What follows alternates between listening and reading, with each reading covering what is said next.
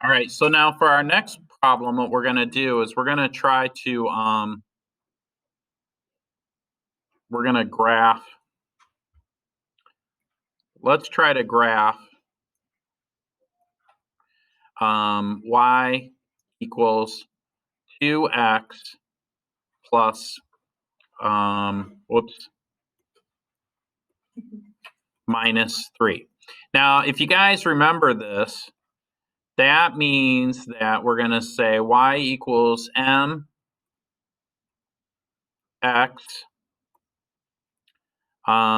plus b. And so b is what we call the y-intercept, and that's where it crosses the y-axis, and m is what we call the slope. Okay? So in other words, my slope is just the number, not the x. So m is my slope, which is 2. And then my y-intercept, b, that's the letter b, is -3. Now the way that we graph this is pretty simple. We're just going to sketch the xy plane as best we can.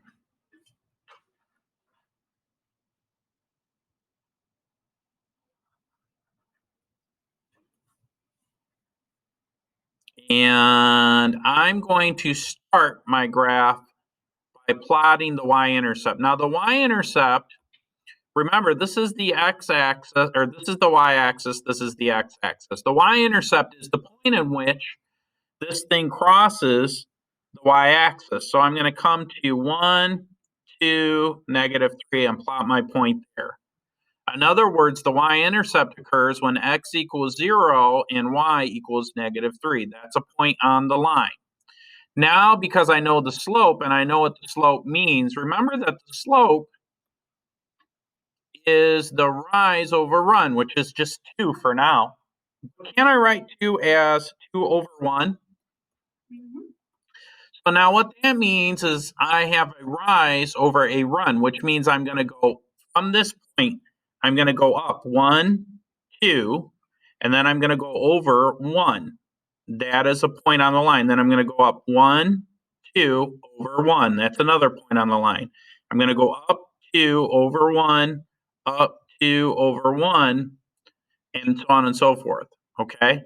So now when I go to graph my line, I'm just going to connect the dots. I'm going to go up 2, over 1, up 2, over 1. The next one is here.